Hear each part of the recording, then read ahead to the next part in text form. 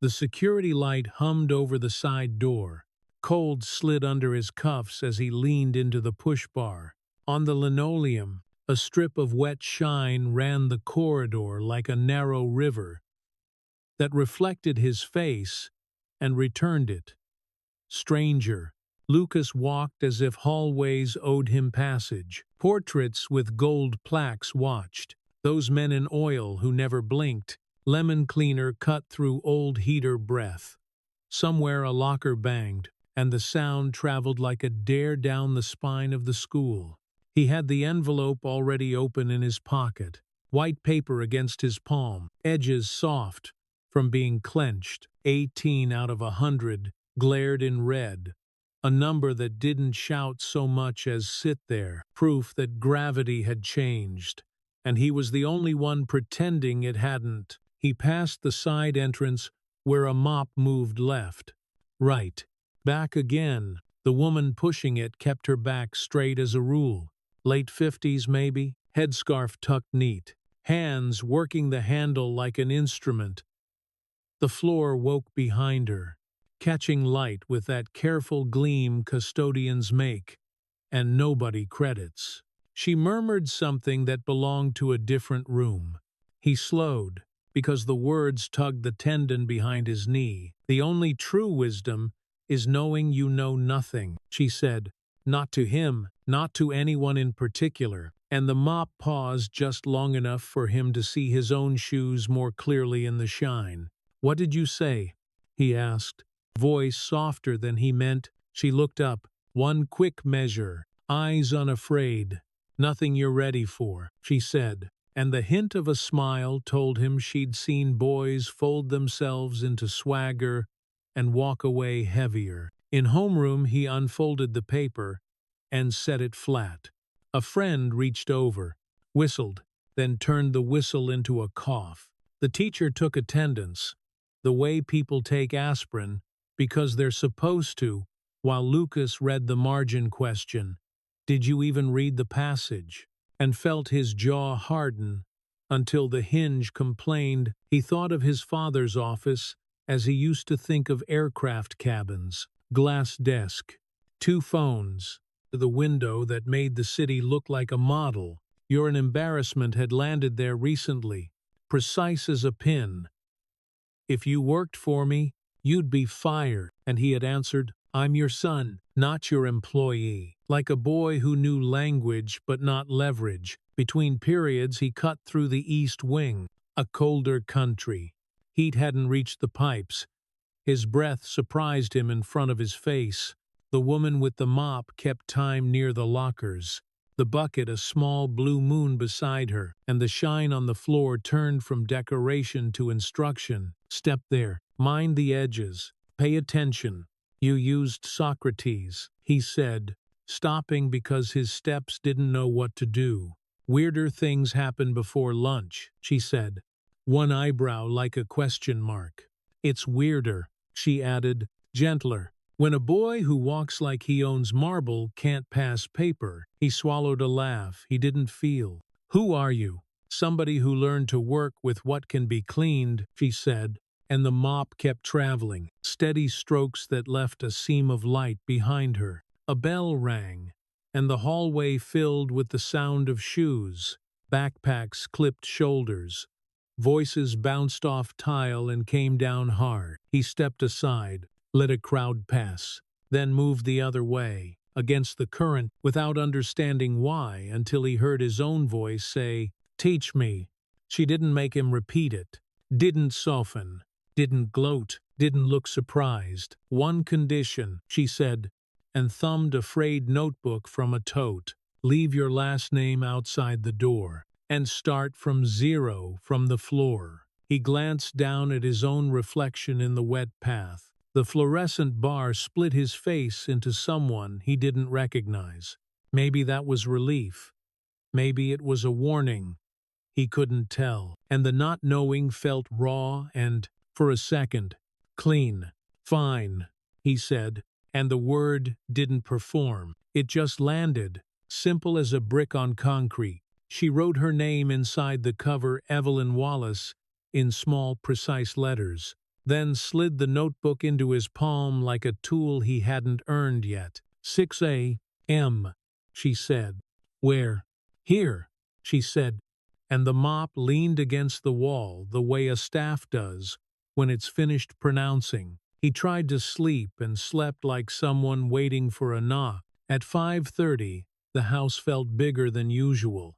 He moved through the stainless kitchen under a strip of cold LED and left a note on the counter without words, because anything he wrote would have sounded like permission. Before dawn, the east corridor held its breath. The door gave with a tired sigh and let winter in behind him. He stepped onto the shine with care, surprised when his shoe didn't slide, but caught a grip he didn't expect because he'd confused polish for slickness his whole life.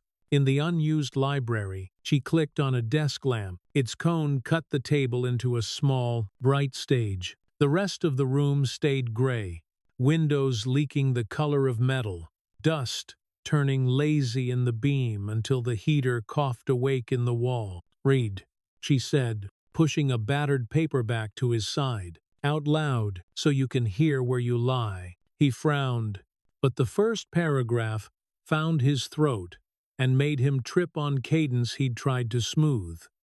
By the second, the line about innocence sat in his chest like something lodged. Where is it? She asked. He pressed 2 fingers to his sternum without thinking. Write that, she said, sliding a legal pad. And write what you'd have said yesterday. And the pencil made a sound like a small animal trying to breathe under snow. They worked without ceremony. He read, she asked, and he counted steps to learn how to return to his body. What color is the feeling? Tin, he said, and she nodded like the answer. Fit a slot he couldn't see. A quiet beat settled between them. Traffic far off. A vent hum. The tick of old paint expanding. In it he noticed the way her hands rested on the table open, not loose, and how the mop, propped in the corner, cast a thin shadow that shrugged whenever the heater changed its mind. Assignment, she said finally, 3 ugly sentences that are true, 1 pretty sentence that earns its beauty. He wrote, I act like silence isn't a blade I carry. Then, I use money like a mute button. Then, I check for exits when people laugh. The pretty one took longer and arrived plain. Some locks break you before they open anything worth stepping through. She put a pencil dot next to the last line. Approval. Small and accurate, like a carpenter's tap on a joint. Don't chase praise, she said. Chase the sound of something landing right. And he breathed out through his nose and felt, for a beat, taller inside his skin. The first insult of the day found him at lunch, writing love letters to the janitor. Josh said, easing past with a grin he wore like a helmet. Before heat could jump to his face, her voice carried from somewhere he couldn't see. You don't measure depth with a shallow ruler, and the laughter slid off like rain off wax. He brought the notebook home under his arm, not in his bag. The kitchen smelled like citrus and steel. He set the book down beneath the harsh under-cabinet light and copied 1 paragraph by hand, slow enough to feel the paper give and take beneath the pencil. His phone buzzed 3 times and then stopped. He let it go quiet. It felt like standing on a dock and choosing not to jump into the water everyone else kept calling a pool. Night pressed against his window. He tried the essay again and got as far as the first sentence before the weight of it made him look up. The house hummed at a money frequency. Air vents whispered. In the garage, some charger ticked as if counting down a launch that would never happen. He went back to the legal pad and wrote smaller, I'm afraid he's right about me. He put down and circled it hard enough to dent the page beneath. He stared until the dent felt like a bruise he could press later to make sure it still hurt. He showed up again before the heat woke the building. He pressed the bar, crossed the line of shine, left his name like a coat on a hook, only he could see. Evelyn stood where she'd said, hands in her jacket pockets, breath visible in the lamp's beam, and she didn't ask if he did the work because the work was on his face. Rule, she said, before anything else. Open doors. Public room. We don't hide good work. He nodded, and the words felt heavier than the notebook. Not a lecture, a load-bearing beam. She handed him a stapler and pointed at a sagging poster. Fix what droops, she said. The metal bit, the paper snapped flat, and the sound small, exact, popped in his chest, like the right-sized bolt catching threads after you've stripped two. They read until the bell threatened. He told her where the paragraph lived that made his ribs tight. Good, she said. Now fail on purpose. And he wrote a line so blunt it embarrassed him. And the embarrassment cooled and turned into something like relief. On his way out, he passed the side entrance again. The shine had dried into grip, not gloss. He paused, set the notebook's spine against the metal bar, felt the chill through cardboard, and pushed into the morning like a person who'd learned one true thing and didn't know what to do with it yet, except carry it. He kept his head level when the faculty lot came into view. Rain clung to the asphalt, the way coins cling to fountain bottoms. The security light cut out for a breath, then snapped back, and the world returned with the same shapes and a slightly different weight. His phone buzzed again before first period. A message from his father that was all hard edges and clocks. He put the phone face down. The desk reflected a thin stripe of fluorescent, and for a second he saw not his face, but the lamp's circle from the library, the edge of a mop's shadow, and a strip of floor, waiting to be crossed with smaller, steadier steps. Fog had settled in the east corridor. Cold licked the baseboards and made the metal locker vents tick. Along the linoleum, a long seam of shine ran the length of the hall like a thin river, catching the first gray light and stretching it into a straight, quiet oath. He arrived before the building found its noise. Her tote sat open on the table, battered spines stacked in a neat, unfussy hill. She tipped the titles so he could see them. Baldwin, Hughes. Morrison then nudged a legal pad forward like a mechanic, sliding a tray of tools under a car no one else bothered to fix. Out loud, she said. He read with his mouth, then failed with his ear. Cadence fought him, then took pity, then fought again. And on a line about innocence, he stopped and swallowed, because the word hit high, just under the collarbone, and stayed there like a lodged seed. Where? She asked. He touched the spot with 2 fingers, surprised by his own accuracy. Note it, she said, and the pencil scraped the margin while the heater coughed and stuttered alive, and dust motes swung lazily in the lamp beam like tired planets, still keeping time. Rules came 2 at a time, practical as wrenches. Open door, public room, once a week a teacher sits in, she added, someone who knows how to listen without grating. And she wrote those words on a scrap of yellow paper, then pinned it to the corkboard, with a pushpin that squeaked in protest, and then surrendered.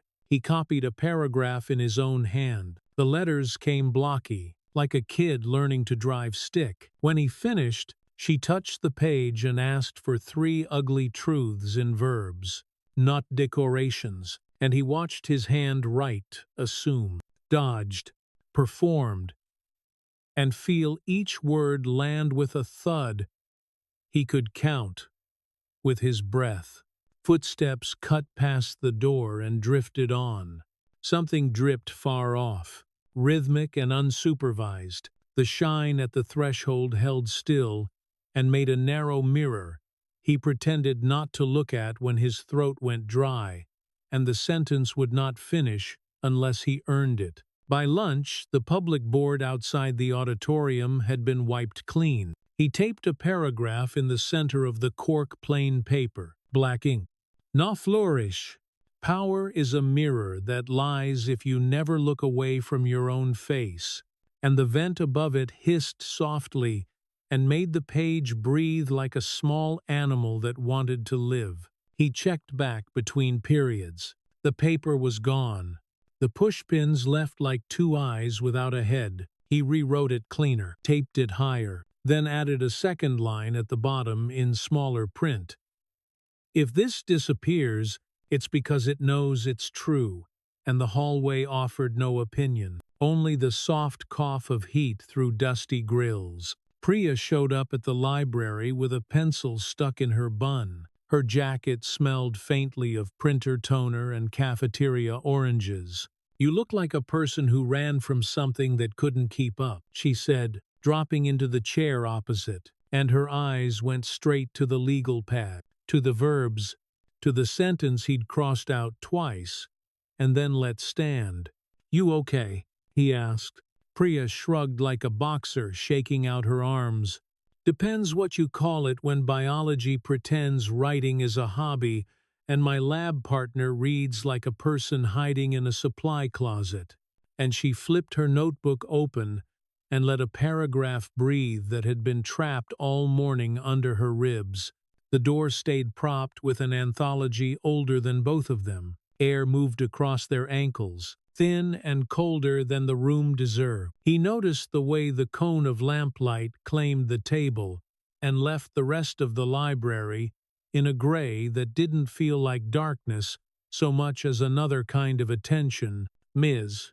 Ibarra came on Wednesday, signed the clipboard in square letters. She parked against the door jamb like a sentry who knew how to be invited. "Who benefits when we say that's just the way it is?" she asked. Not from the circle's center, but just outside it. And the quiet that followed felt like real hearing, the kind that costs and buys in the same breath. He fixed a sagging poster on a corkboard between classes. The paper drooped as if it had given up on presentation. He stapled the corners until the surface snapped flat, and that small sound clean, convinced, hit in his chest, the way a good landing does when wheels find runway through fog and guesswork.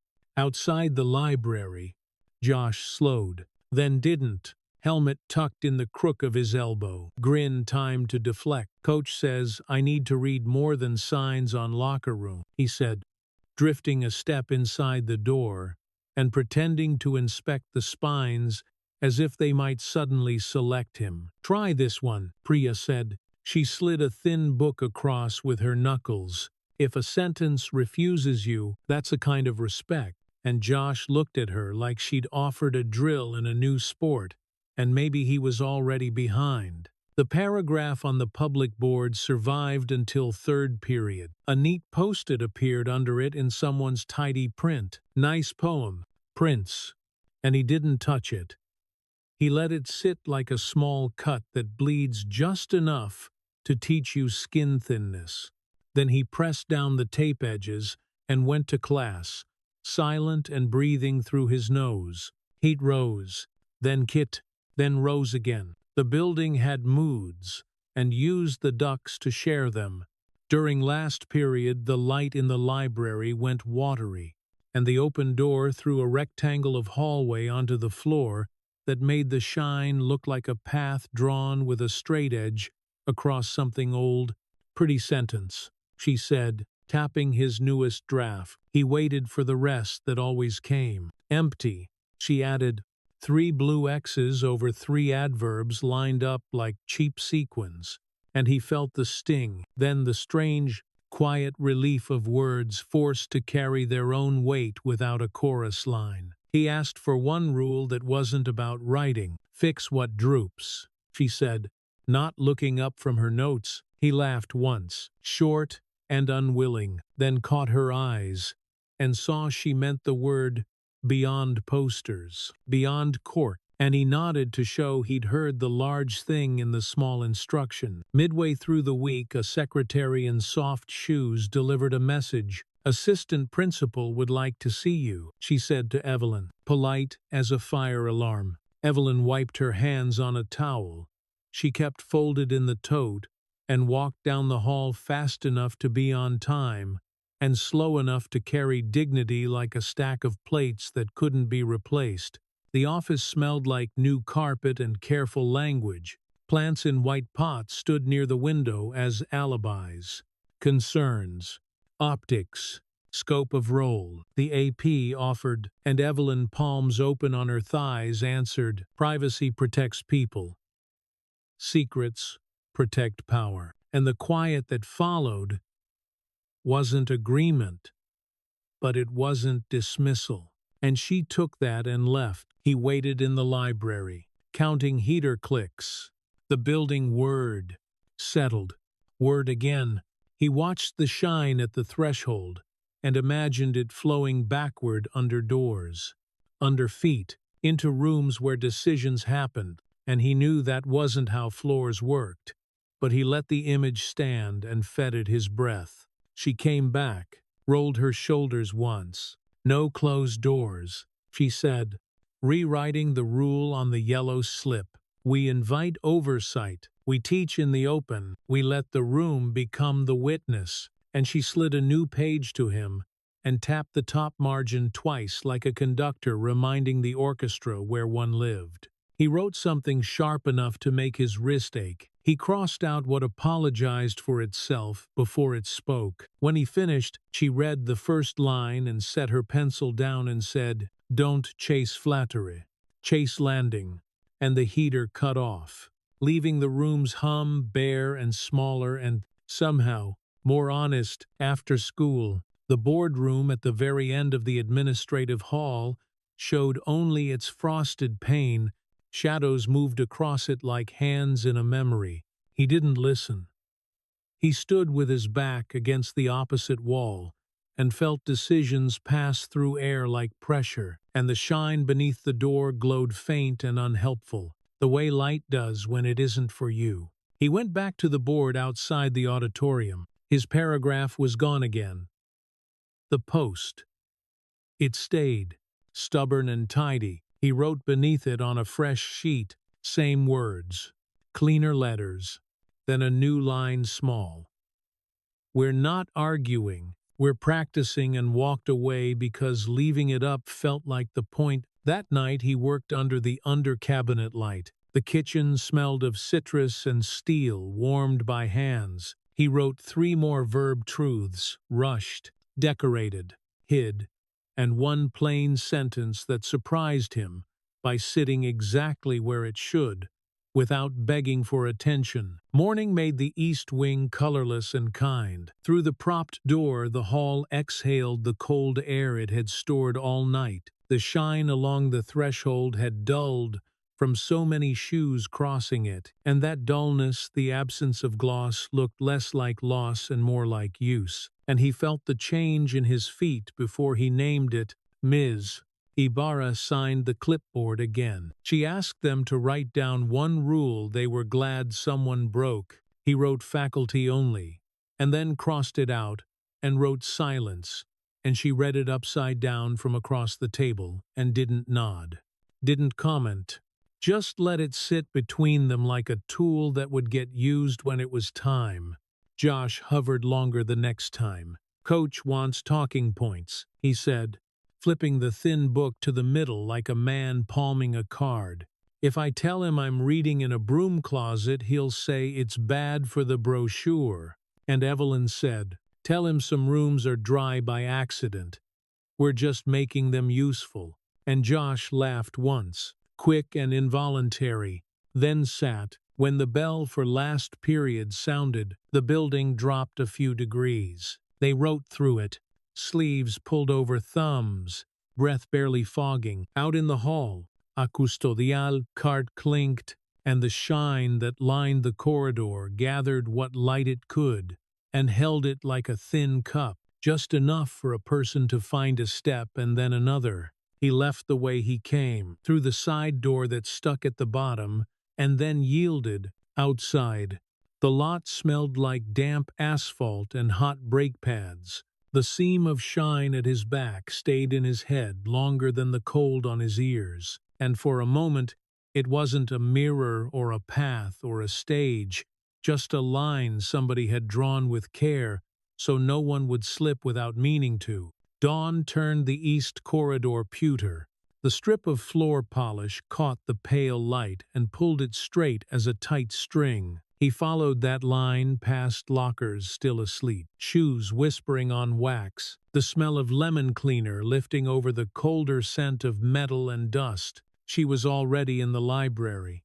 Lamp on, tote open, steam rising from a chipped mug that said, City College, in cracked blue. He sank into the chair across from her, breath still white at the corners of his mouth, and felt the small engine of the room start in the soft tick of the heater. "What did last night open?" she asked.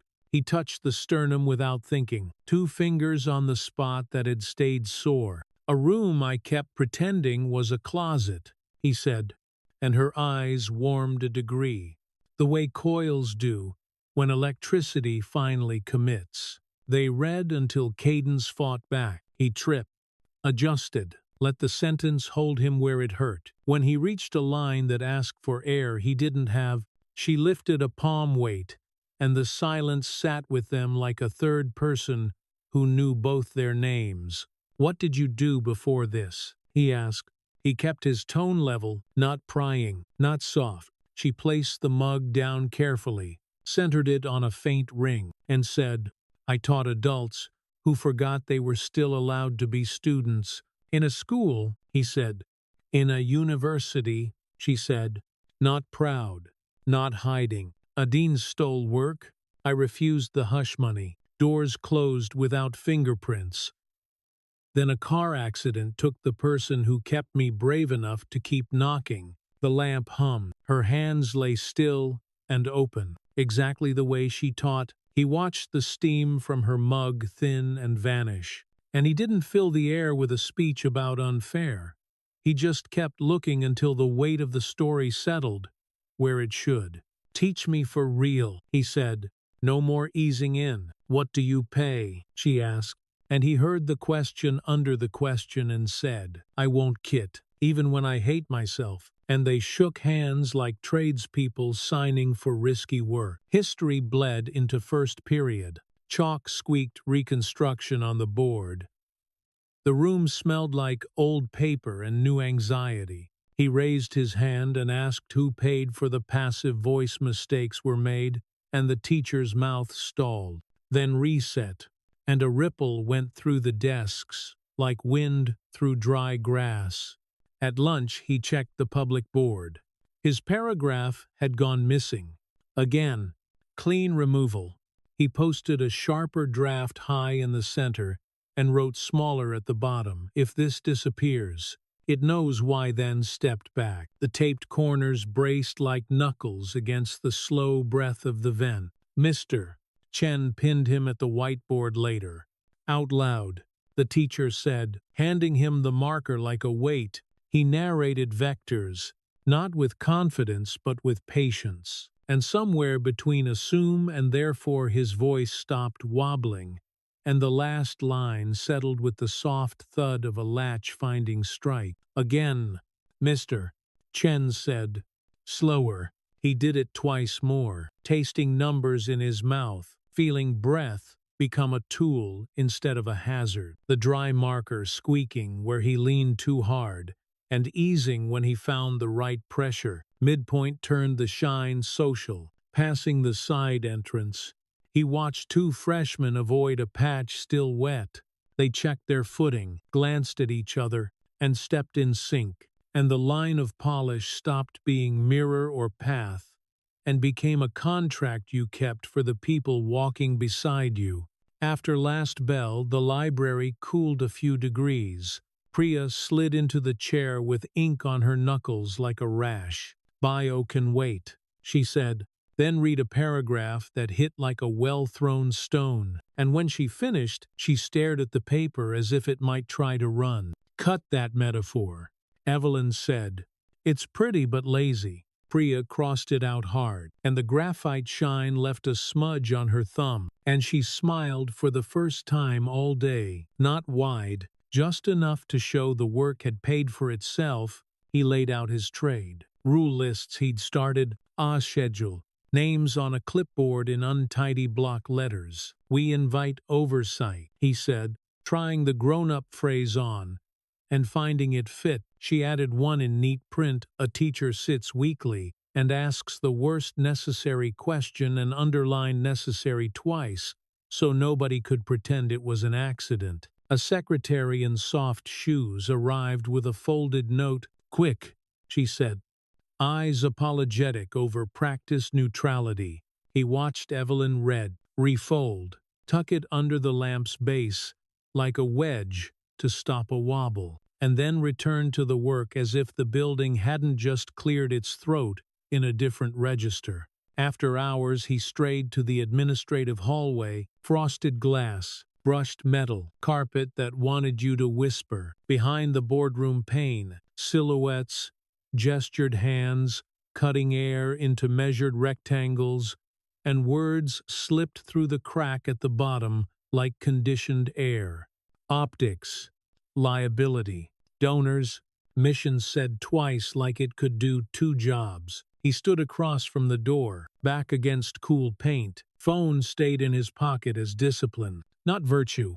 He felt decisions moving around the table like magnets, arranging filings you couldn't see, and the thin bar of light along the threshold looked like a warning you couldn't tape over and pretend away. Pre-climax breath came cheap and expensive at once. He waited in the library alone, lamp humming, heater tired, window giving up its last daylight. The mop leaned in the corner and cast a narrow shadow. He watched it for a full minute, until the quiet told him what he needed. Keep the door open. Keep the floor true. Keep your hands visible. His father called that night without hello. Grades. Better isn't a plan, Charles said. Ice over steel.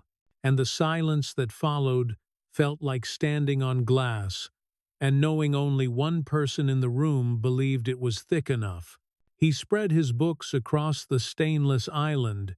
Under cabinet LEDs turned the counter into an operating table. He cut adverbs like tumors, stitched verbs to nouns with short thread, then leaned back and let the clean lines burn his eyes in the good way. The way that means you earned this light. He sent Miss Ibarra the draft, the courage to unlearn and shut the laptop. No screenshot. No fishing for praise. He stood at the Gara door and listened to the charger tick and the house breathe, and found himself laughing once, dry, when he realized the only engine in the place working for him was a lamp in an old library. Morning. The hallway pewter again. A strip of polish pulled the pail into a line you could track with a finger. He pressed the bar, stepped across, and found her already there, breath white in the beam, mug steaming, jacket zipped to the throat because the heat hadn't caught yet. "What's the worst sentence you wrote last night?" she asked. He slid it across, ready for the wince. She read, then crossed out one word, just one, and the sentence stood straighter, like a kid who'd decided to grow an inch under a teacher's eye rather than argue with gravity. "We have to be useful," she said. "Start small. Stay public." He nodded, and when he said, "I want to show this to him," she didn't ask which him, just said, "Then make it worth the risk of showing," and he felt the truth of it. Land in the chest place that used to be a closed closet. By afternoon, the board outside the auditorium wore his newest page. Below it, in small print, a second hand had written, "This helped," and then scratched out "helped" and wrote "hurt good." He touched the corner of the paper to firm the tape and stepped back, because staying would look like begging. Ms. Ibarra returned the essay with a red A that looked earned, not gifted. At the top she wrote, "You found your voice," and didn't draw a smiley. He folded it once, then again, the crease neat as refusal, and slid it into the notebook like a tool he'd need later when the screws went stubborn. "I want the truth to be louder than my name," he said quietly in the library. Evelyn didn't answer immediately. She let the room answer first. vent, hum, printer whir, the hallway's far-off bell. Then keep choosing it until it's the only voice you recognize, she said, eyes steady, the kind of calm that isn't soft so much as fully awake. The afternoon dragged its sleeves and then quit. He walked the administrative hall one more time and stopped at the frosted glass. On the other side, a hand chopped the air at shoulder height, and he knew enough now to translate the opposite of apology, the shape of a no. He stood anyway, a witness no one asked for, a boy with a notebook and a floor that remembered what had been cleaned. He ended where mornings begin, at the side door, security light buzzing, cold in under the cuffs. The strip of shine stretched ahead like a line someone had drawn with care to keep strangers from falling, and he stepped on it not like a prince or a penitent, but like a person who'd chosen, and would keep choosing, to walk the longer, safer way through. The door to the old library, stuck at the bottom. He leaned a shoulder, felt wood give with a tired breath. On the linoleum outside, a fresh seam of shine caught the morning and pulled it inward like a silver thread sewing a room back to the building. She had the lamp already on, the cone lit dust, like slow snow above the scarred table. Her tote sat open legal pads, a jar of pencils sharpened to surgical points. The blue book he treated like a live wire. Today we keep the door open, she said, even if the hall is cold. He nodded while his fingers found the notebook's frayed edge. The chill came in low and hugged his ankles, the kind that makes you stand straighter without thinking. They read and then didn't. She held up a palm at a sentence that rushed. Breathe on the comma, she said, and he did, and the room made a small sound. He'd begun to recognize the quiet click of a landing that had waited too long. Two sophomores slid in with the careful swagger of people pretending they'd been invited. One dropped a cello case that thumped like a heart. Sit, she said, pointing without looking, and the boys obeyed because her voice carried no edges and no apology. Only the gravity of work. Rule 1, she asked. Open door, he said. Rule 2, public room, and she added the new page to the wall with blue tape. The corners aligned, lines clean, the handwriting practical, and even a whisper gathered in the hallway backpacks, the squeak of shoes. The tin knock of a locker no one could close quietly. Priya ghosted through the doorway and took the chair across. She smelled like citrus sanitizer and pencil rubber, the scent of somebody who'd been doing small, exact things all morning. What did the line do to you? Evelyn asked. Priya tapped her sternum once, precise. He watched her eyes shine and dull in the same second like metal catching and losing sun, and the heater in the wall coughed awake as if called to witness. They wrote with sleeves pulled over thumbs. He made verbs do the lifting. She shaved qualifiers until the sentence stood on bone. After, they stacked the uglies in the center of the table like bricks, a low square that looked nothing like a fort and everything like a foundation. By lunch, a rumor had shaped itself. Janitor's class in the cold library. He pinned a new paragraph on the public board anyway. Ignorance isn't empty. It's crowded with other people's decisions, and taped the corners hard, the paper breathing slightly under the vent's mild hiss. The assistant principal's secretary appeared with soft shoes and a folded note.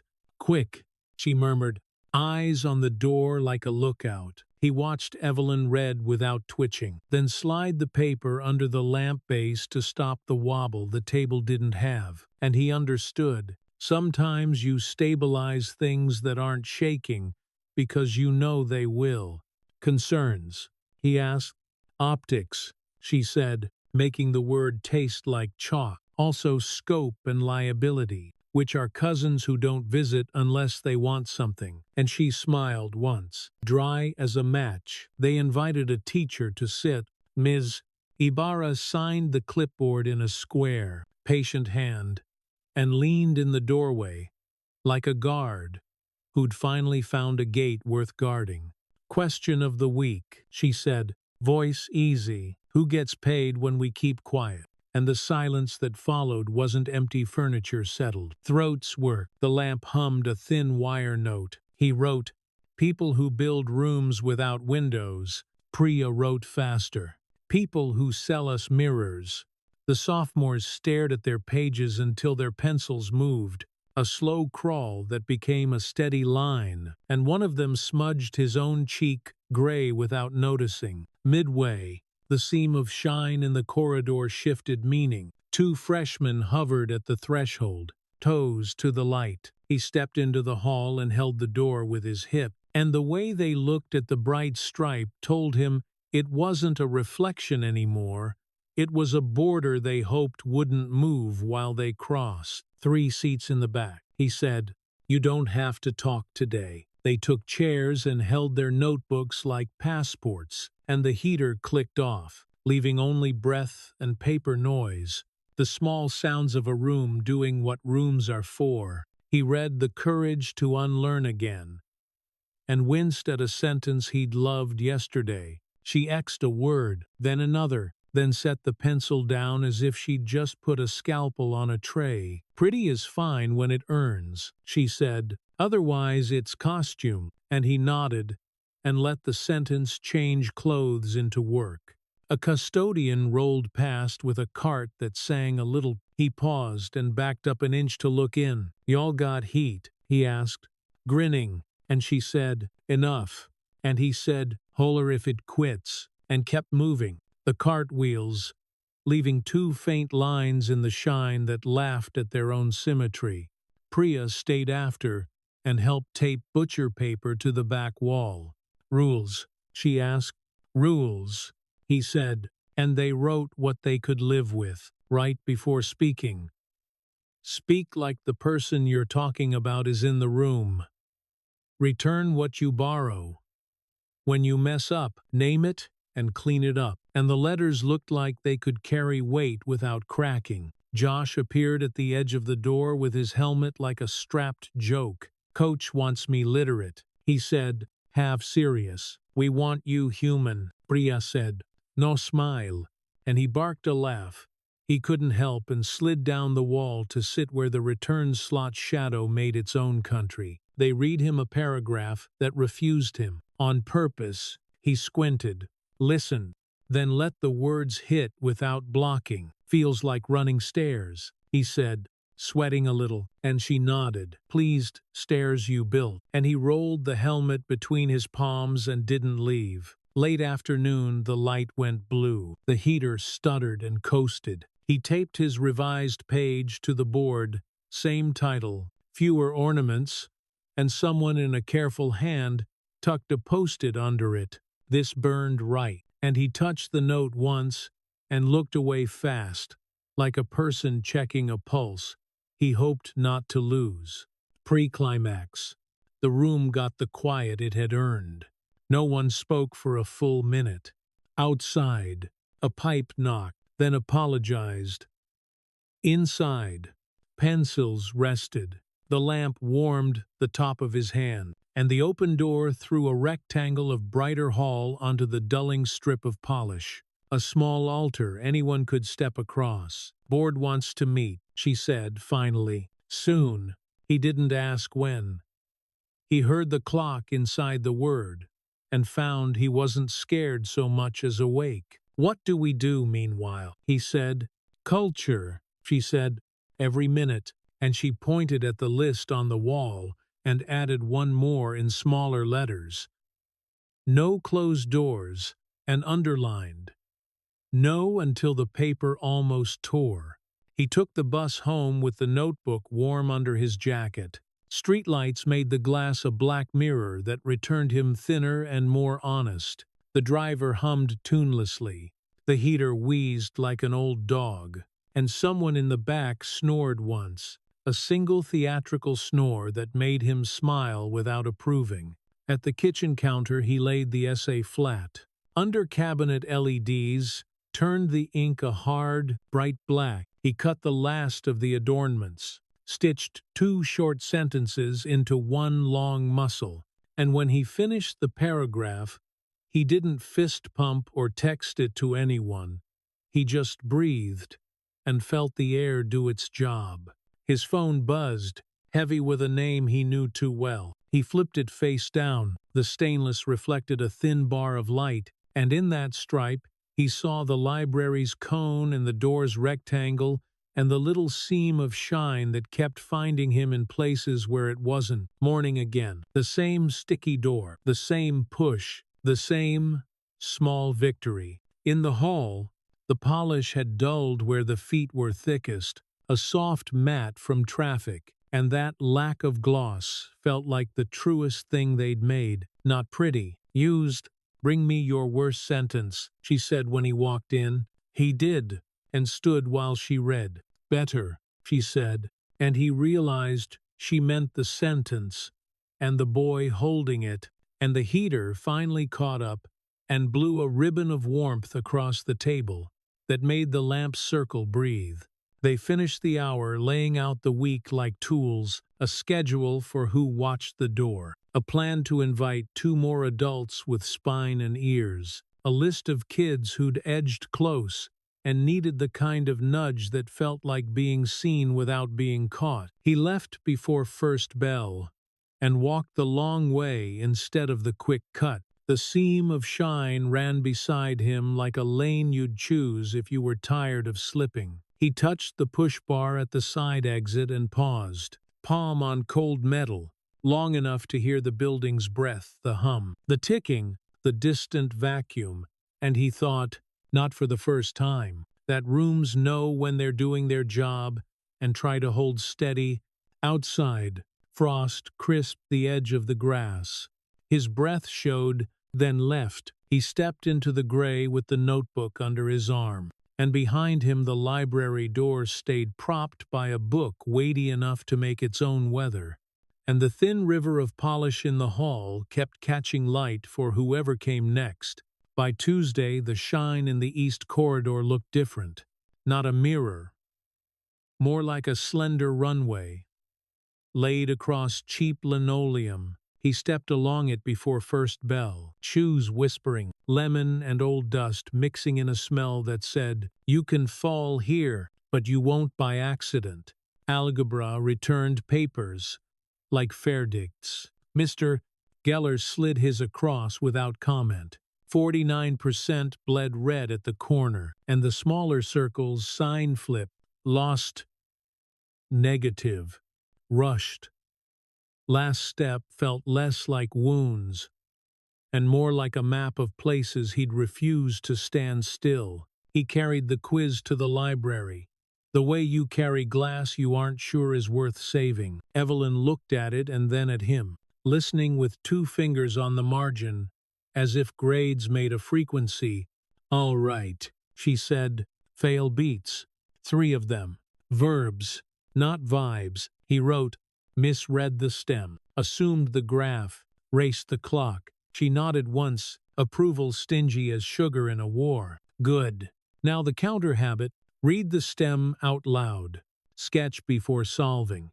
Make the clock chase you." And she slid a legal pad forward like a mechanic's tray. The lamp hummed. Heat ticked in the wall, then caught and held. He started again on scratch paper, narrating steps in a murmur barely above breath, and felt the small, durable relief of lines lining up because he'd asked them to, not because luck had gotten bored. Priya showed with pencil shavings on her sleeve.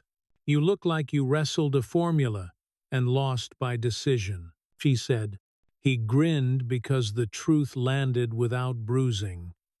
She dropped into the chair and carved a paragraph until the paper rasped. 2 underclassmen drifted to the doorway and pretended they were lost. "Sit," Evelyn said, not looking up, the words soft as a commandment. They took the last 2 chairs and watched as if watching itself might teach them how to stay. "Bring me your prettiest sentences," Evelyn told him. He offered one he'd filed until it gleamed. She read it once. "Beautiful," she said, and then empty. Xing 3 adverbs like sequins on a shirt that didn't fit, and he felt heat rise, then drain, and then a steadier kind of heat, return the one you get when you lift the right weight, even if your hands shake. At lunch, the public board outside the auditorium breathed his newest paragraph. Power is a mirror that lies if you never look away from your own face. By third period, a post-it anchored the bottom edge. This line hurt good, tidy print. No name, the kind of note that worked like oxygen without trying to be perfume. Mr. Chen pinned him to the whiteboard after last bell. Think out loud, he said, handing the marker like a baton. Lucas climbed the proof, misstepped once, stepped back, then planted each line with the even breath. Mr. Chen kept counting for him again, slower, until the final expression sat exactly where it belonged. A latch, catching with a sound you feel more than hear. Back in the library, the room had dropped a degree. The open door drew a rectangle of hallway light across the floor, a pale bar cutting the dulling polish. Evelyn placed a book in front of him with the care of someone setting down a sleeping animal. The Souls of Black Folk. Margins thick, with a smaller handwriting than his own. You're trusting me with this, he said, thumb on the fray of the spine. Read it like borrowed breath, she said. He opened to a page that had been dog-eared. So often it had become a scar. A line about double sight crawled under his skin and sat quietly, and he closed the book, because sometimes you set the match down before you stare at the flame too long. Josh drifted in with his helmet and the practiced grin of a boy who'd trained a room to laugh on cue. Coach says, "I need literature," he announced. "Start with sentences that refuse you," Priya said, eyes on her page, and Josh blinked, then smirked, then curiously sat against the stacks, the helmet between his knees like a version of himself he was willing to set down. "Rule check," Evelyn said, tapping the butcher paper. He recited, "Open door, public room, right before speaking. Speak like the person is here." She waited. He added, "Return what you borrow. Name it when you mess up." And the two sophomores in the back nodded, as if they'd just been handed the kind of test they'd never been given. One you could pass by telling the truth. Midway, the seam of shine in the hall shifted meaning again. Two freshmen paused at the threshold, toes on the bright strip like it might slide away. 3 seats, Waitress said, holding the door with his hip, and they crossed, eyes down. And in that small procession the polish stopped being maintenance and became a border crossing with no guard but courage. Evening ticked in through the vents. They wrote in the kind of quiet you can taste, graphite, paper dust, the faint sweet of stale oranges from somebody's bag. Evelyn moved among them without hovering, pencil tapping the table to keep time when a sentence tried to cheat. He took the bus home with the blue book under his jacket. Sodium lights turned the window into black glass. His breath fogged an oval. His palm cleared it without thinking. He read 2 paragraphs, closed the book, and stared at nothing until the city slid by like a film on a loop he couldn't afford to stop. At the kitchen island, under LED, that made ink look harsher than it felt, he recut the essay. The courage to unlearn. He killed a metaphor that wore jewelry, let a plain line stand, then stitched 2 short sentences into a single muscle. When he finished, he didn't smile. He exhaled and felt something unclench behind his ribs. He thought about sending his father a picture, and didn't. The phone buzzed once, hard, then still. He flipped it face down and went back to the legal pad and wrote, in small, steady letters, "I want the truth to be louder than my name." Morning's polish had dulled where the feet were thickest. He liked it more that way. The library smelled like cold paper. The lamp's cone cut a clean circle in the gray. "Miss Ibarra arrived, like a quiet front moving in. She read his draft while the room filled and emptied around her. When she finished, she wrote A, and, at the top, "You found your voice." No smiley, no hearts, just the kind of sentence a person can stand on. And he folded the pages twice the way men fold bad news, and slid them into the notebook like a tool he'd need for later. "Don't chase praise," Evelyn said. "Chase landing." He nodded and didn't trust himself to speak because the lamplight had made his eyes wet, and he preferred to blame the heat. She gave him one more assignment, and it wasn't a line count. "Bring someone," she said, "someone who needs this and doesn't know how to ask." And he thought of the freshman he'd waved in, and of Josh's helmet rolling lazy circles on the floor, and of the tidy post-it that said "hurt good." And he realized the circle was already widening whether or not he thought he'd earned the right to widen it. By Friday, the board outside the auditorium wore his paragraph again. Under it, a second, neater sticky note. "I told my sister the truth. She didn't forgive me. I still feel like a person." He touched the paper once and stepped away fast, not because he didn't want to be seen near it, but because staying would look like begging the world to keep being kind. Mr. Chen kept him after with an empty whiteboard and a dry erase squeak that got under his nails. "Breathe like you can afford to," the teacher said. Lucas slowed read. "Sketch. Solve until the final line clicked home." And the clock on the wall looked less like a weapon and more like what it had always been. A round thing on screws that couldn't make or break you by itself. Pre-climax breath fell late that afternoon. The library thinned to 4 bodies. Evelyn stood at the table, palms down, the mop shadow, a narrow black stripe against the far wall. No one talked for a full minute.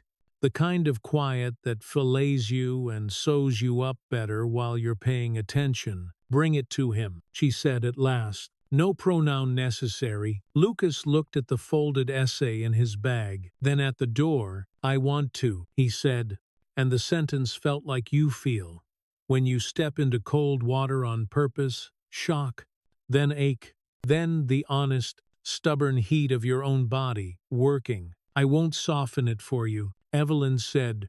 "I know." "Good," she said, and the lamp hummed the small chord the room made when something aligned work. Risk. Breath. He walked the administrative hall on his way out and stopped at the frosted glass. Figures moved inside. Hands. A tilt of a head. The old choreography of people arranging words into fences. He didn't stay. He had somewhere else to stand. The seam of shine ran beside him to the side door, not a mirror, not a stage anymore. A lane he'd choose on purpose if he was tired of slipping, and he stepped on it without ceremony and pushed into rain, the essay under his jacket, the blue book warm against his ribs, his breath visible and not hiding. Rain burnished the Gara floor into a second sky. The roadster floated there, sleek as a shark trapped in epoxy. He held the essay by one corner so the water creeping down his sleeve wouldn't touch the ink, and the strip light overhead turned the page into a small, fragile flag. He wasn't sure. He had a right to wave. Charles ended a call with a thumb that could sever. "Report," he said, eyes on the car's reflection, not his son. The charger ticked in its cradle like a patient bomb, the air smelling of cold rubber and the citrus cleaner the house staff preferred when image mattered more than skin. "I got an A," Waitress said. He kept his voice level. "The way you set fragile on a counter and let go." The courage to unlearn stared back at him upside down from his own hands, and beneath the title, a tight note. "You found your voice letters neat, unshowy," a sentence that had learned to stand. "What is this?" "My English essay." Charles opened to the first paragraph. read like a man checking a balance sheet, then folded the pages as if they were receipts and not a thing his kid had bled into. "Diary of feelings," he said, tone set to room temperature that still freezes. "I learned," Lucas said. "From who?" "A woman named Evelyn, custodial staff," he said, adding the second half because truth spoils if you refrigerate it too long. And the roadster's glossy flank caught his father's frown and bent it into something alien. "You're learning from someone who mops floors." "She taught college," Lucas said, and it felt weak in his mouth, and he hated that. "She's a failure now," Charles said, and set the folded essay on the leather seat like it could stain. And in the reflection, the Gara ceiling looked farther away than a sky has any right to be. "Maybe I need to lose the things you think make me," Lucas said. His chest felt tight the way it does right before a cold dive. "You stop seeing her or you lose everything. Card, apartment, access. Your name won't open a door I control," Charles said. "No drama, just architecture." And the charger ticked again as if to mark time on a sentence that didn't believe in mercy. "Then maybe I lose it," he said, and it surprised him that the words didn't tremble. "Pack a bag," Charles answered, not looking up. "The finality of a door. You don't just close. You lock and gift wrap the key to yourself." Lucas took the essay back off the leather, unfolded the crease like smoothing a bruise, and slid it into his backpack with both hands, as if placement could count for courage. Morning cooled the building's throat. The side door stuck. The strip of shine ran the corridor in a narrow Stubenwein. In the closet, hook empty, bucket missing, the mop's shadow gone from its corner like nobody had ever leaned it there, and told him hard things in a voice that didn't flinch. He found the old library by habit that had learned his feet, lamp, table, dust keeping its slow covenant. No tote, no mug.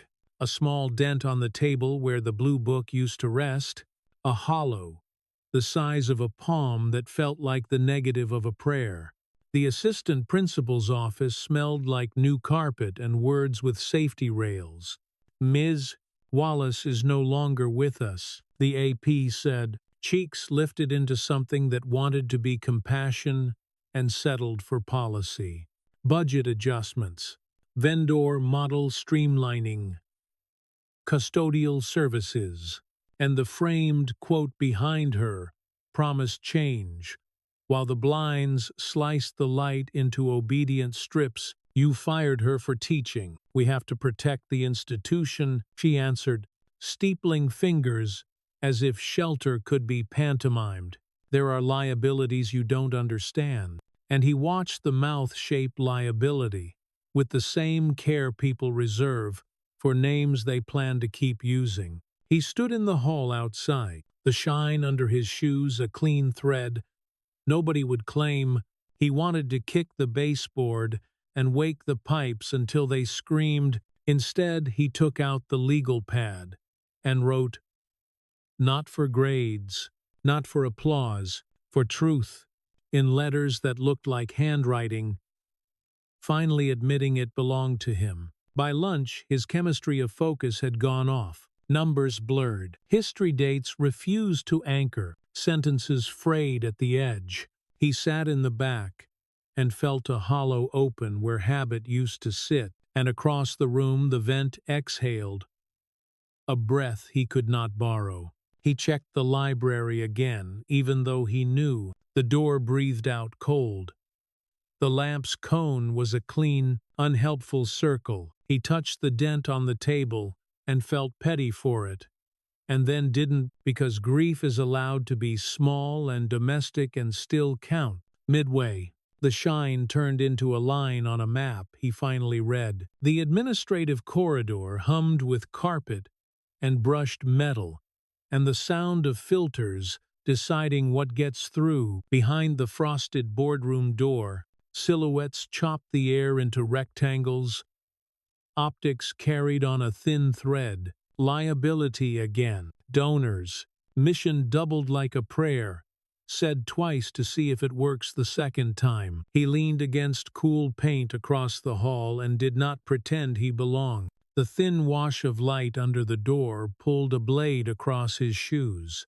He pictured a table ringed with hands that believed in themselves more than they believed in the kids outside.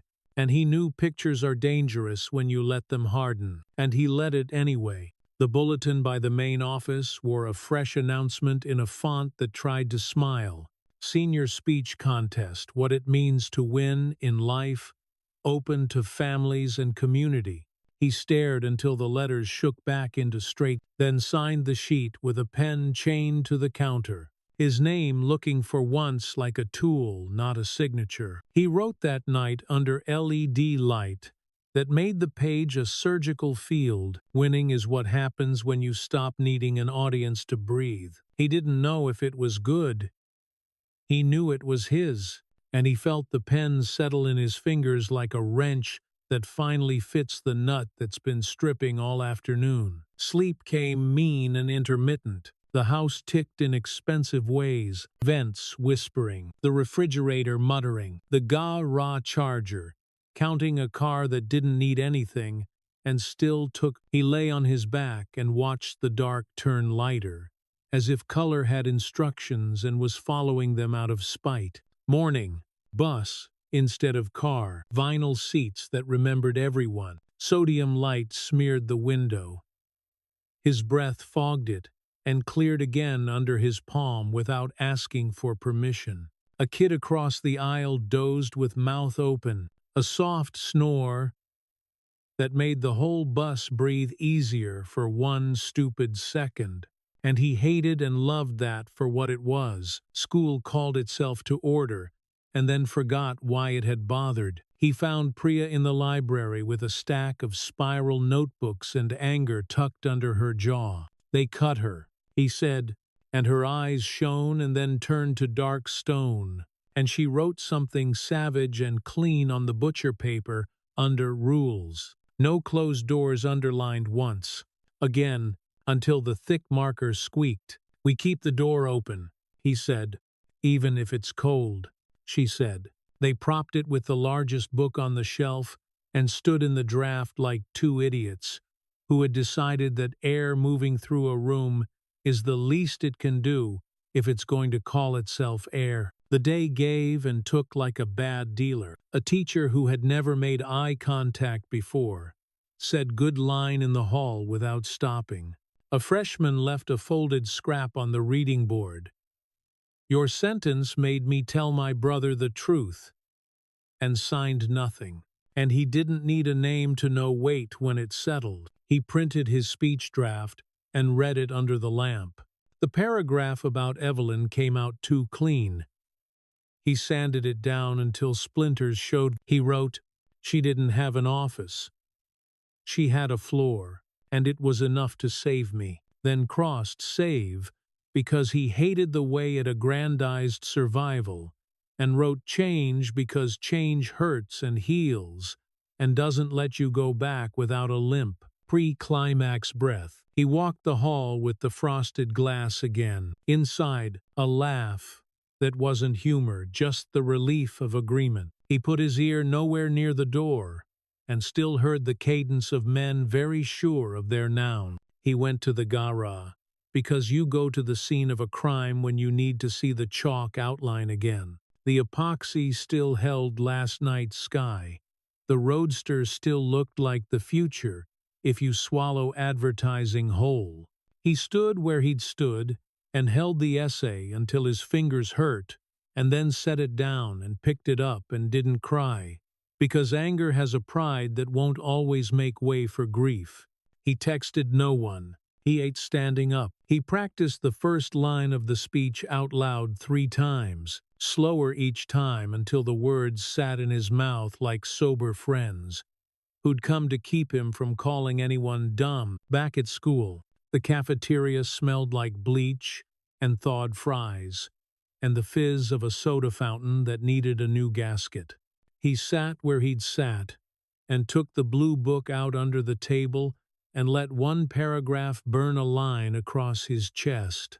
He wrote one rule on the legal pad, and put "speak like the persons in the room," and pictured a boardroom full of people not speaking like that, and felt something like clarity, which is different from fury, which is different from hope.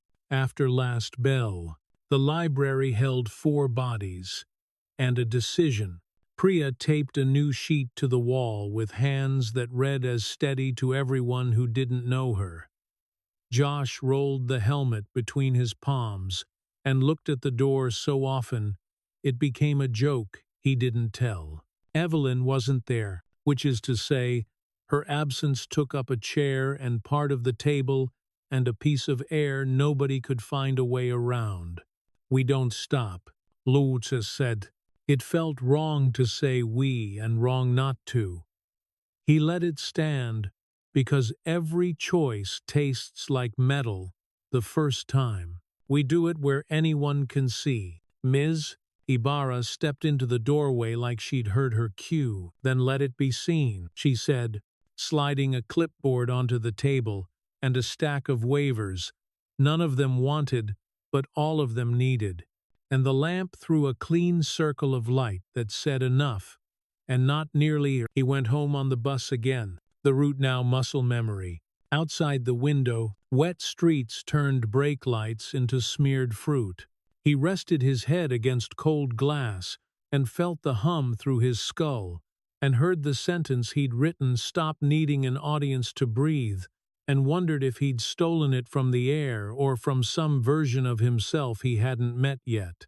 The last thing he did was set the printed speech on the kitchen counter and smooth the edges with his thumb like a poor man petting velvet. The LED strip made the letters hard and flat.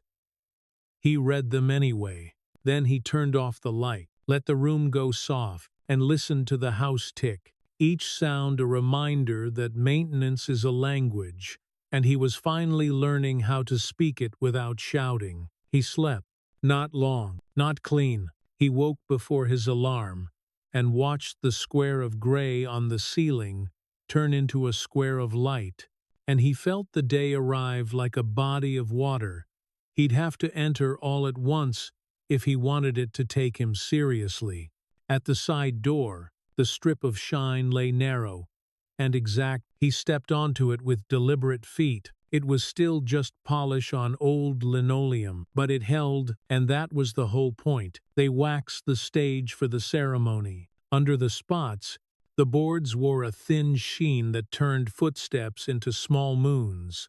He stood in the wings with his palms open, looking at that strip of shine as if it were a river he'd have to cross without getting caught, pretending he could swim. Backstage smelled like hot dust and hairspray. A student 2 ahead of him shook out note cards that kept sticking to his hands. Lucas set his speech in his pocket and left it there, then rolled his shoulders slow until the spikes under his skin settled into something like a pulse he could count.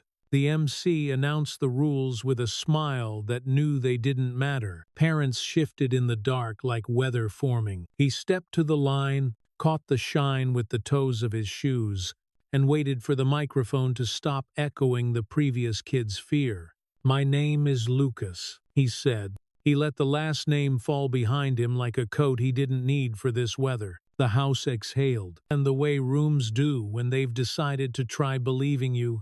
He did not list injuries. He built scenes and put them on the floor where everyone could trip. "Someone in this building taught me to read between lines," he said, "and to hear where my sentences lie." And the sound system turned his consonants into a clean edge that cut and didn't spill. "She had no office," he said. "No title, only a floor." He let that hang, and the orchestra pit returned a cold current to his ankles that made the words feel earned. A cough tried out its power, and failed. He watched light turn dust into galaxies above the front row. She told me winning wasn't the noise after a trophy. He said, it was the quiet, when you do the right thing with no audience. And a woman in a coat that loved its price stopped fingering the seam. He didn't name Evelyn. He described a mop that kept time, a notebook that wanted ugliness before grace, a door that stayed open so long the hallway grew a spine. Greatness isn't being seen, he said, and let the pause do the heaviest lift of the night. It's seeing. Midway, the stage's sheen changed shape. It stopped being decoration and became an arrow aimed at the back of the house. He followed it with his eyes and found, in the last row, a small triangle of headscarf catching light like a new moon. Someone smuggled in. Everything I used to hold up, he said, softer, was a mirror. He closed his hand and opened it again, empty, to show what he meant. All I could see was my name. It made me blind to the work. And on the left aisle, a counselor who'd watched him dodge for months pressed her lips together to keep something from getting out. I'm learning to let go, he said.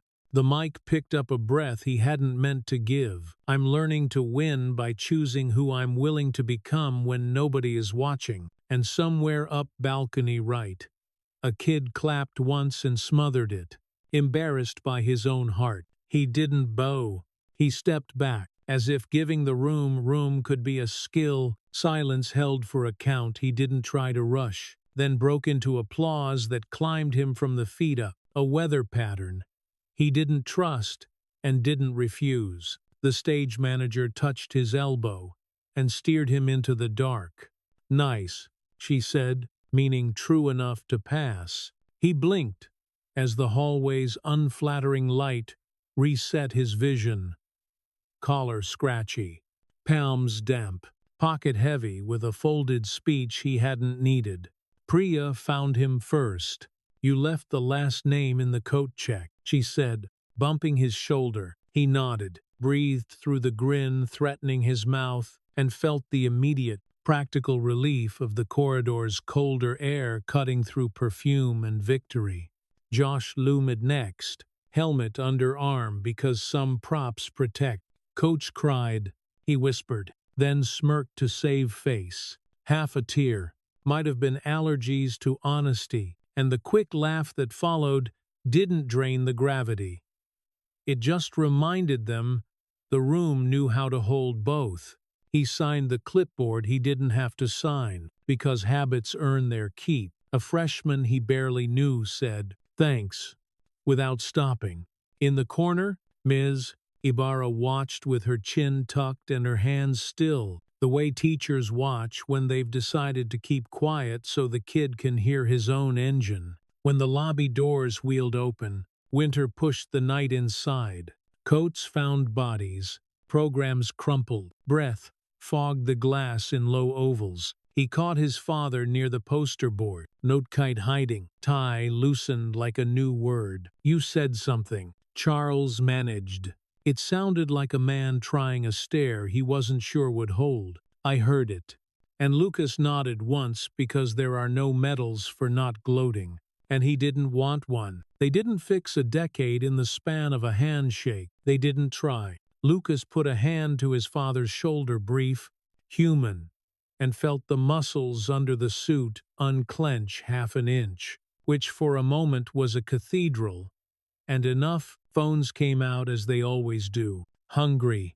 Someone's 30 seconds landed online before he reached the side exit. By morning there would be captions and disagreement and a slow, sincere flood of small bravery he would never see. But here, under the humming security light, there was only the air, cold and honest against his neck. He walked the long way to the bus stop, past the faculty lot, where the lines on asphalt glowed a tired, white. The seam of shine he knew from the east corridor returned to him in memory and put itself under his feet anyway. He stepped where it would have been, a lane you choose when you're done slipping for free. The video traveled faster than he did. By homeroom, Cafeteria benches bowed under heads, bent over screens. Greatness isn't being seen. Someone had typed in neat white font.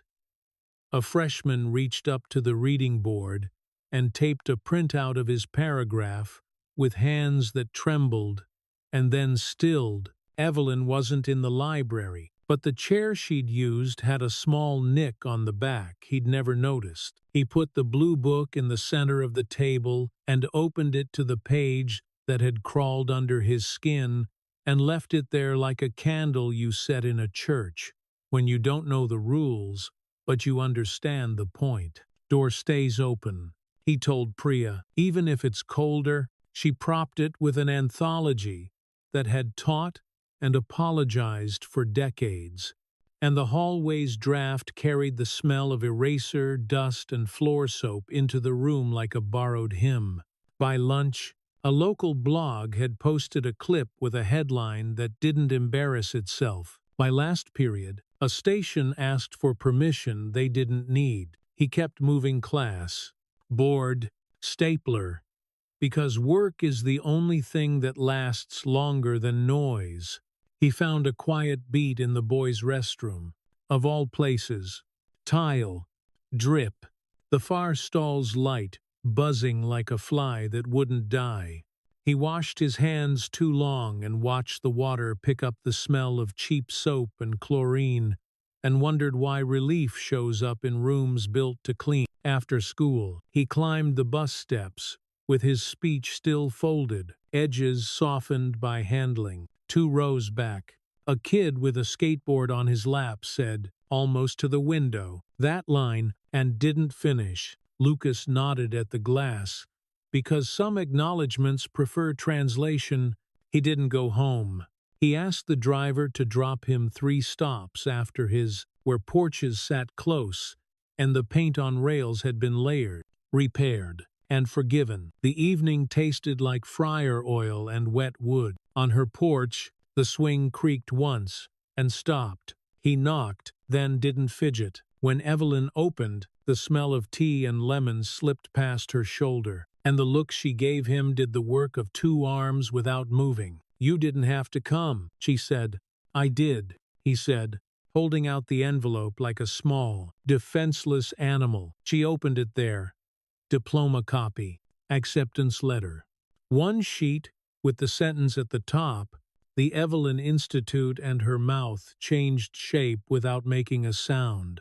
What would it be? She asked. A room that doesn't ask permission to see you, he said. Rules we can keep.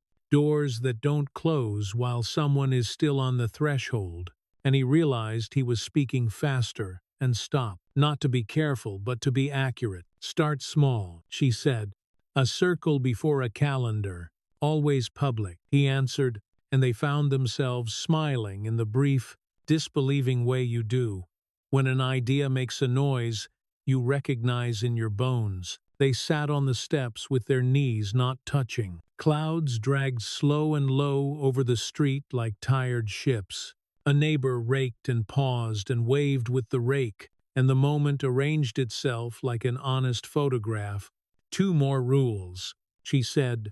No closed doors, he said, and return what you borrow, he said, surprising himself by hearing her voice in his mouth, and he felt both foolish and correct, which is the adult version of grace. Pre-climax.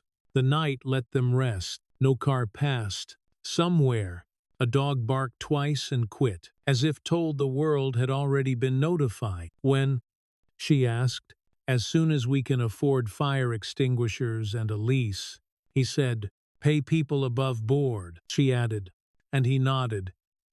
Payroll, not a plaque, he said, thinking of his father and what the word yes might be worth when it finally arrived with no speeches in front of it. He walked back under streetlights that made puddles into coins. At the bus stop, the bench was cold and held him anyway. He put the folded speech on his knee and ran his thumb along the edge until the paper warmed and curled. On the ride, 3 texts, stacked while the city smeared by interview, from a number with a blue check. "You wrecked me," from someone who didn't sign, and then from his father, 2 words that sounded like a door, learning a new hinge, proud, period. He didn't answer, not right away. He set the phone face down on the vinyl seat and watched his breath fog and clear his rectangle on the glass, the way he'd been doing for months now when he needed to see through and remember to wait. At his stop, he stepped onto wet concrete with the easy weight that comes after bracing for impact and finding ground instead. The seam of shine lived nowhere near here and still drew itself under his shoes. He followed it as far as the curb, then into the crosswalk, then across, and on the other side, it vanished into plain sidewalk, like good work disappearing into a day that doesn't need you to name it to know it happened. They took a lease on a building that used to store chairs. Dust traced outlines of things that no longer lived there. On the concrete, a narrow lane of cleaners swept down the middle like a test strip dry, pale, promising nothing except the idea that ground can change under a mop. The landlord walked them through with keys that chimed, "Sprinklers are vintage," he said, pushing up a tile to peer at reluctant pipes. The air smelled of cardboard, cold metal, and old coffee. A red exit sign flickered, as if practicing Morse for maybe. Evelyn tapped the wall where plaster bubbled from a long-ago leak. "Paint that forgives fingerprints," she said. Lucas nodded and wrote it down, then crossed it out, because it wasn't a note. It was a standard, and he underlined "forgives," as if mercy could be brushed on in 2 coats. They painted anyway. Rollers hissed. Drop cloths slid. Someone's aunt arrived with a crock pot and 7 plastic spoons. He taped butcher paper over a scarred section of wall and, in thick marker, lettered rules that breathed like they'd already been used. Open doors. Public rooms, right before speaking. Speak like the person is here. Return what you borrow. Name it when you mess up. No one asks permission to be seen. A retired electrician came because his granddaughter said the word "institute" with hope. He climbed a ladder and installed exit signs that didn't blink. "Cost?" Lucas asked, and the man said, "You can pay me in the currency of working outlets," and laughed once through his nose. They failed the first inspection by 2 tags and a sulking wire. The city man wrote on a tablet and tried not to care. Evelyn offered him cookies in a way that wasn't a bribe and wasn't not. And he took one, glanced at the ceiling, and said, "Fix that, and you're close." As if closeness were something you could quantify with a clipboard. The room warmed with bodies, even when it was cold. Mothers stood along the back wall, arms crossed until the pencils moved. A 12-year-old who'd learned to make himself smaller sat at a table and wrote a sentence with careful, panicked script. The sound of graphite on paper felt bigger than it should have. Rule about adults. "Ms. Ibarra asked, stepping into the doorway with forms. 2, or everybody knows where the grown-ups are," Evelyn said. "Good," Ms. Ibarra said. "I want a hard hat." And when Lucas laughed, she added, deadpan. "Hazard pay in the currency of light bulbs." Someone donated tables from a church basement. Their legs wobbled until he shimmed them with folded paper. The room smelled like fresh paint and warm dust. Through the high windows, the day leaked in slow, and the floor caught it in patches that looked almost like the old shine from a different hallway. Midway, the shine changed from memory to proof. A girl with tight braids slid her chair back and left 2 dark commas on the concrete. He watched the path people were making with their feet and felt a lift, small and muscular, like a sentence landing square after too much decoration. The first evening circle drew 5, then 7, then a dozen, They wrote with sleeves over their knuckles, breath making ghosts above the table. "What did the sentence make you feel?" Evelyn asked, and a boy who refused eye contact said, "Tin," touching his chest, where a clench had lived. And Lucas fought the impulse to look at the old ceiling for approval. A local blog posted a photo with a headline that didn't sneer. "Hope on Logan Street." It said, in the comments, somebody typed, "Let janitors clean, not teach." And somebody else replied, "Let truth clean." And then the thread devolved into weather and taxes, and a dog that had nothing to do with any of it. The foundation they'd courted sent a letter printed on paper too heavy for bad news. Thrilled in the first paragraph. Unfortunately, in the fourth, zip code presents challenges for long-term viability. It said, and Lucas read to the period and slid the letter under a wobbly table leg because some sentences serve better as shims.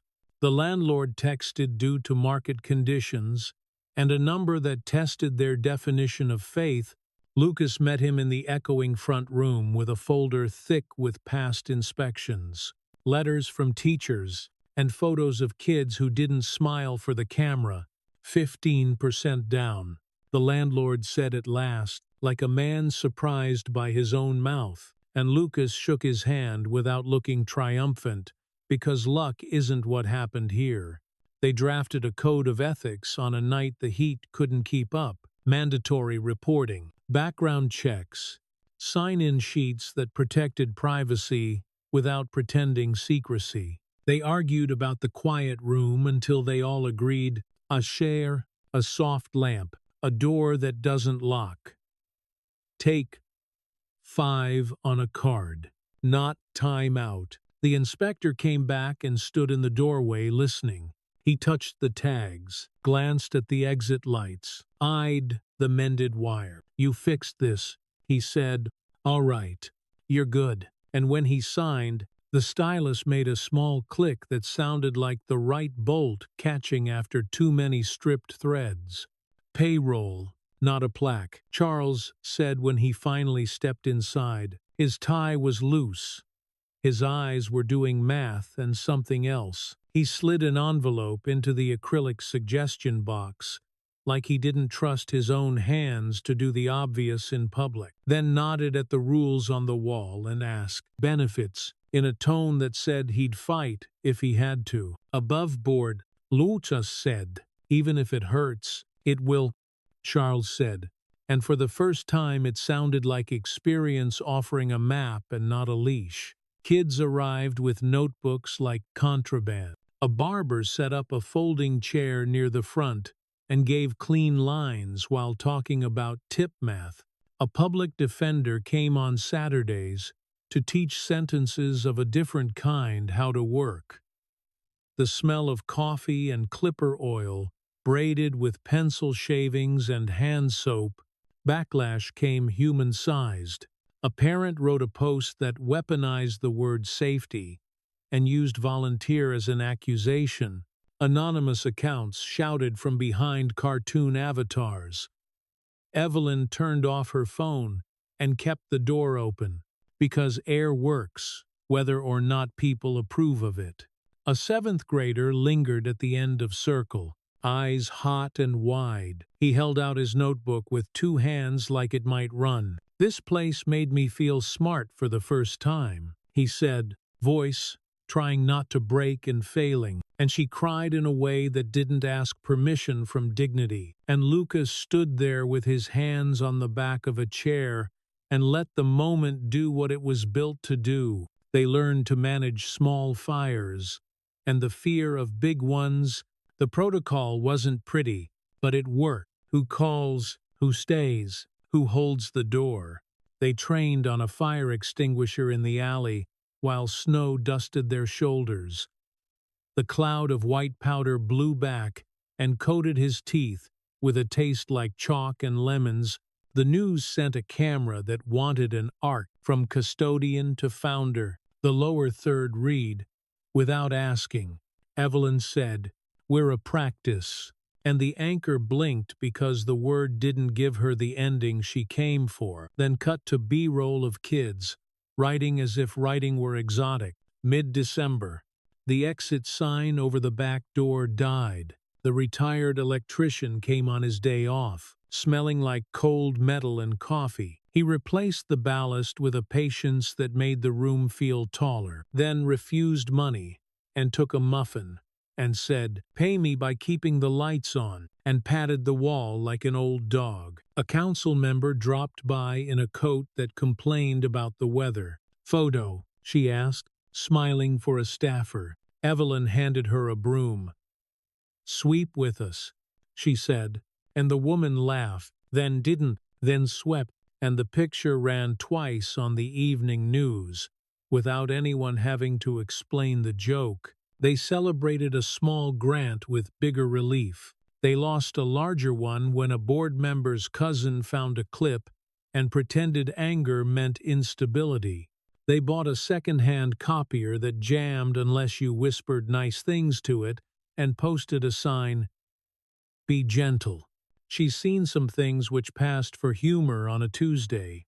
Pre-climax. The room exhaled. Night settled in the high windows like a slow bruise. They stacked chairs, checked the quiet room, reset the clock, and taped a new sheet of butcher paper over the old rules. Because fingerprints had made the edges curl, Lucas waited until everyone left and walked the floor. The concrete held small arcs where chair feet had learned restraint. Near the door, a strip of wax, thin and modest, caught the hallway light and drew a line you could follow with your shoe if you wanted to leave without forgetting why you came. He unlocked the glass case and placed the first 5 filled notebooks inside. Not a shrine storage with respect. He wiped a thumbprint from the glass with his sleeve and felt ridiculous, and then didn't, because reverence is one way to clean a thing you can't wash. The heater clunked off, and the quiet got honest. He could hear the clock's second hand. He could hear the building settle. Outside, tires hissed on wet pavement. Inside, the exit sign hummed a small red, like a heartbeat that had decided to be steady. He sat with the rules and a marker. He added one he'd been resisting, "Speak money aloud," and next to it, smaller, "Payroll over plaques." He stepped back and let the list breathe. On the concrete below, footprints overlapped until they blurred into a darker path that tracked to the door. His phone buzzed once on the table. A message from Charles. "Taxes are ugly. We'll do it anyway." Lucas smiled, felt the weird, soft ache of an old hinge moving without squeal, and put the phone face down because that particular yes didn't need applause to keep working. He killed the lamp and left the front room dark except for the spill from the hall. The thin strip of wax shone like a suggestion more than a command. He put his palm against the cool metal of the push bar and held it there until the heat from his hand printed briefly and faded. Then he pushed. The door closed behind him with a click that sounded earned. On the sidewalk, the air bit clean, and the light from the windows fell in a rectangle that didn't quite reach the street. And he walked through it anyway, the small brightness, the dark beyond, the confidence of a floor that would hold because they had made it do so. Together, they polished the hallway for the ceremony more out of habit than need. A thin seam of shine ran past the green room and out toward the stage like a drawn breath. He stood in that glow with his jacket open and his hands bare, feeling the building's hum move through his shoes, the way current seeks ground when it has something true to light. Backstage tasted like dust and hairspray. A volunteer whispered names into a headset that made her look like flight control. Lucas kept the folded speech in his pocket and let it weigh there, a small square of paper warm from the heat he'd spent on it, and he rolled his shoulders until the buzz under his skin settled into time. He peeked through the leg curtain, Round tables glimmered like coins under chandeliers. In the front row he caught Priya's knot of hair and the stubborn tilt of her chin. Farther back, Josh's jacket sat wrong on new shoulders. Near an aisle, Miss Ibarra's hands rested, patient as brakes. And on the side, half-shadow, his father's loosened tie bent into a question mark. 2 minutes. A stagehand said. The man palmed him. A water bottle like contraband. No one was supposed to earn. A stage tech shushed a microphone that hissed once and gave up, and beyond the curtain, a voice rehearsed impact, the way weather predicts itself into a better mood. They called his name. He stepped out until the seam of shine hit the toe cap of his shoe. The spotlights opened like an argument he was willing to have, and the auditorium's heat rose into his throat and tasted faintly of velvet and electricity. My name is Lucas, he said. He let the other one fall behind him like a coat he wasn't taking into this weather. A neat silence reached him. One of those good hushes you don't buy, the kind that decides to happen when rooms choose to be useful. He didn't catalogue injuries. He set scenes on the boards and left space around them like aisles. Someone in a building taught me to read between lines, he said, and to hear where my sentences were lying. And the speakers returned, his voice dressed but honest. She had no office. He said, no title, only a floor. He let that hang. The orchestra pit sent back a cooler draft that hit his shins, and he took it as permission to keep walking the thought. Winning wasn't the noise after a trophy, he said. It was the quiet when you did the right thing with no audience. A bracelet in row 3 went still on a wrist. A guidance counselor breathed like a tire finally finding asphalt. A kid up in the balcony laughed once and swallowed it whole. He didn't name her.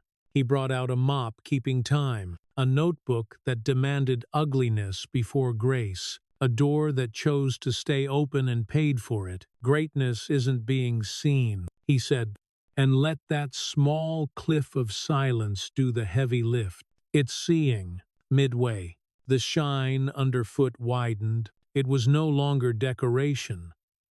It was a lane pointing past the VIP tables and into the dark rows, where people wanted to be asked something they didn't yet have words for. He followed it with his eyes and found, just past the aisle, a headscarf, catching a sliver of light, as if moonlight had smuggled itself inside. I used to hold up mirrors, he said, his hand opening and closing to show empty. All I could see was my name. It kept me blind to the work. He spoke of rooms that lie politely, and of rooms that teach, and of learning to choose which kind he'd live in, even when doors made different sounds on the way out. He finished without raising his voice. He stepped back from the mic, as if giving the room could be a skill. The quiet arrived clean, then broke into applause that climbed from shoes to hands and looked, for once, like something useful trying to hold. They funneled him into wings, humming with relief. A stage manager squeezed his elbow and said, "Nice landing," like pilots do. In the hallway beyond, fluorescent light made everyone look like the truth had already found them and left a mark. Priya reached him first. "You kept the last name in your pocket," she said, shoulder bumping him once. He nodded and exhaled. And the laugh that rose didn't ruin the gravity. It just cut a channel so they could keep moving. Josh arrived with his helmet like a prop he finally respected. "Coach cried," he said, eyes daring them to challenge the math. "Half a tear," he added, "allergy to honesty." And for a second the old grin lived on a new face, and then sat down without being told. Miss Ibarra held him for a beat, longer than rules allow.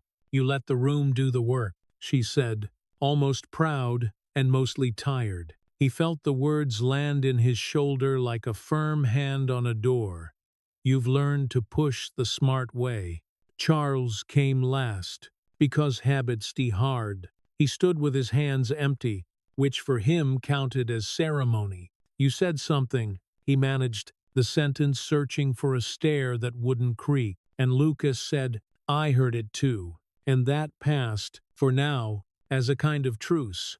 You build into walls later. Cameras found him. A red light winked like a tiny lie begging to be told.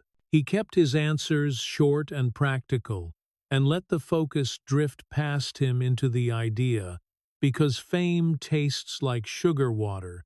If you've ever been hungry on purpose, he slept poorly, and for once didn't blame the bed. Morning made the institute smell like coffee and drywall dust. Texts stacked. Interview. Can we send kids? Your line wrecked me. And from his father, stripped of punctuation like a fence taken down. We'll cover payroll through summer if you let me run the numbers. He walked the floor before anyone arrived. The concrete kept last night's shoe arcs, the way beaches keep wind. By the front door, a thin strip of wax caught the gray light and offered a path that didn't pretend to lead anywhere except forward. By 10, the room held its weather. Priya ran a clinic on how to translate a doctor into a person, ask what they heard, she said, and a boy wrote it twice with blocky patience, and then wrote it once more in a smaller hand he trusted more. Josh stacked chairs at night and ran circle on Tuesdays. He kept a deck of index cards with one rule: place one face down and write, "Not yet if you pass." The pile grew and shrank like a clean pulse. After a month, he posted a sign above it, "Progress Drawer," and pretended it was a joke. Ms. Ibarra handled forms with a pen like a small, patient knife. She wrote a line under the code of ethics in letters that looked like brickwork. We accept this, knowing it will not fix us. People read it while waiting for a stapler and stood straighter without making a thing of it. A reporter came with a camera she held carefully, like it might tell the truth by accident if she didn't crowd it. From custodian to founder, the lower third wanted to say, Evelyn said, "We're a practice," and the lens blinked, and on the 6 o'clock, the only B-roll that made the cut was hands on paper and a door staying open, while a draft worked the ankles of kids who didn't flinch. Midpoint. The motif returned in a different key. A 7th grader traced the strip of wax with his toe before stepping over, scared of slipping. Lucas asked, trying easy. Nah, the kid said, just like knowing where the line is, and crossed it without fanfare. And something in Lucas settled, like a tool, finally back in its spot. Mail brought a thicker envelope with a seal that loved itself. National Award in Community Education. It said, and a room in a hotel that believed in carpets. He didn't rehearse the speech. He moved chairs, fixed a wobble with folded paper, signed a receipt for copy paper, and told the landlord no when the man tried to raise the rent by sending a text that wore market conditions like cologne. The ceremony felt like a rehearsal dinner for a marriage he hadn't agreed to. Round tables, careful beef, applause on cue. He used the mic to say exactly what they could stand. Rooms are only rooms until someone is human inside them, and stepped back before the clapping could turn into a mirror again. Pre-climax breath found him alone at night in the institute. He unlocked the glass case and took out the blue book. The margins were still a crowded city. The paper still smelled like old cotton and graphite. The exit sign above the back door cast a small red across the table that made the note lines look like staff paper waiting for a melody. You weren't sure you could carry. He read one page. He put it back and wiped the glass with his sleeve the way people do when reverence sneaks up and you're embarrassed to be seen practicing it. He sat with the rules and added nothing, chose subtraction, Instead, crossed out a sentence that had grown decorative, left space where instruction had started to sound like a poster. His phone lit. Yes, from his father. Only that, as if the word had lost its hangers and finally fit, he typed OK and didn't send it. Let the unsent sit like breath held at the top of a stairwell, then put the phone face down because attention is a budget, and he was learning to spend it. He walked the room. The copier slept with one paper corner lifted like a cat's ear. The quiet room's lamp made a small crater of light. The chair kept its shape like memory does when it's being kind. At the door, he paused with his palm on the bar. He felt the cold on the metal and left heat there for a count of 3. He listened to the building's soft talk duct hum, clock tick, the far hiss of tires on wet street, and let the space tell him the simplest truth it had. Maintenance is love without speeches. He pushed out into night that smelled of rain and copper. The sidewalk held its chill. The window threw a pale rectangle onto concrete that stopped short of the curb. A bus sighed at the corner and changed its mind. Somebody laughed 2 blocks away and didn't apologize. His breath showed and left. He didn't look back at the glass. He didn't have to. Behind him, the exit sign burned its steady red, and on the floor, just inside a narrow strip of wax, took the weak light and made a path for whoever came next. Thin as a promise, and, for now, enough.